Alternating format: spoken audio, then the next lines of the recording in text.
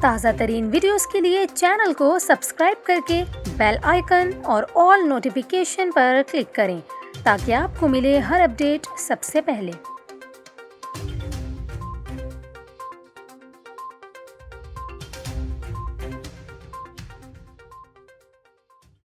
السلام علیکم، میں ہوں آپ کے ساتھ کومل خان اور آپ دیکھ رہے ہیں نیوز 24/7 اردو۔ ناظرین، آج کی اس ویڈیو میں ہم آپ کو یہ بتائیں گے کہ کیا پاکستانی اس دفعہ حج کی سعادت حاصل کر پائیں گے یا نہیں، کیونکہ سعودی حکومت کی جانب سے ویکسین کے حوالے سے کافی زیادہ سخت شرائط عائد کی گئی ہیں، اور اب اسی حوالے سے پاکستانی عازمین حج کے لیے بہت ہی اہم خبر سامنے آئی ہے۔ آپ کو بتائیں، وفاقی وزیر برائے مذہبی امور نور الحق قادری نے پاکستانیوں کو حج ادائیگی سے متعلق بڑی خوشخبری سنا دی۔ وفاقی وزیر نے کہا کہ رواں سال محدود پیمانے پر SOPs کے ساتھ حج ادا کیا جائے گا۔ انہوں نے کہا کہ سعودی وزارت حج کے ساتھ مکمل رابطے میں ہے۔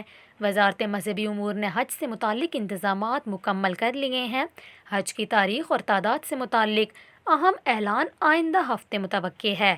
انہوں نے یہ بھی کہا کہ اگر زیادہ تعداد میں عازمین کی اجازت دی گئی تو سرکاری حج پالیسی کا باقاعدہ اعلان کیا جائے گا۔ اس کے علاوہ آپ کو یہ بھی بتائیں کہ پاکستانی حکام کی جانب سے ایک بیان میں کہا گیا، سعودی حکومت نے اگر ایسٹرازینیکا اور فائزر ویکسین لگوانے کی شرط رکھی تو اسی صورت میں پاکستانی فریضہ مقدسہ ادا کر سکیں گے۔